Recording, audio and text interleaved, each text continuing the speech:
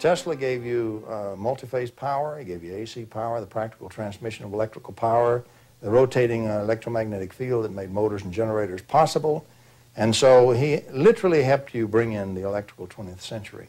Had it not been for Nikola Tesla, your cities would still be dark, you still would not have electric power, and you'd still be struggling around in the dark. So yes, Nikola Tesla was important to us. Had we listened to Tesla about the other parts of the magic wave he had discovered, he would have given us cheap energy. I delivered a paper in Ottawa, Canada, where I gave the actual mechanism by which his amplified transmitter, his magnifying transmitter, actually worked. There are over 1,000 papers in the scientific literature that show that mechanism is real. It would have worked, and he could have given the world cheap energy.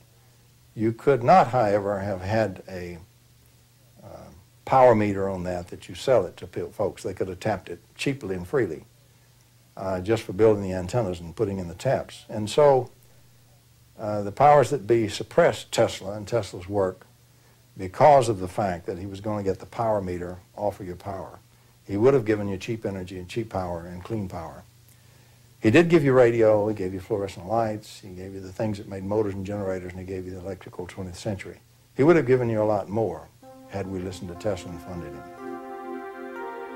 Tesla's advanced knowledge of the laws of electricity and magnetism, combined with his ability to put them into practice, gave him foresight into the next generation of electronics with regard to light and its structure.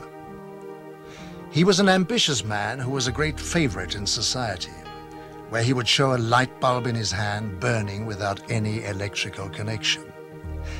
Tesla said, "I could only achieve success in my life through self-discipline, and I applied it until my wish and my will became one." He was a magnificent genius, and had he been funded to continue his work, the world would have been 100 years further in science than it is today. Here some 80 years later, so to speak, after the collapse of his magnifying transmitter, and here we are trying to rediscover what Nikola Tesla was doing right at the turn of the century. And so we're almost a century behind where we should be. That's the importance of Nikola Tesla.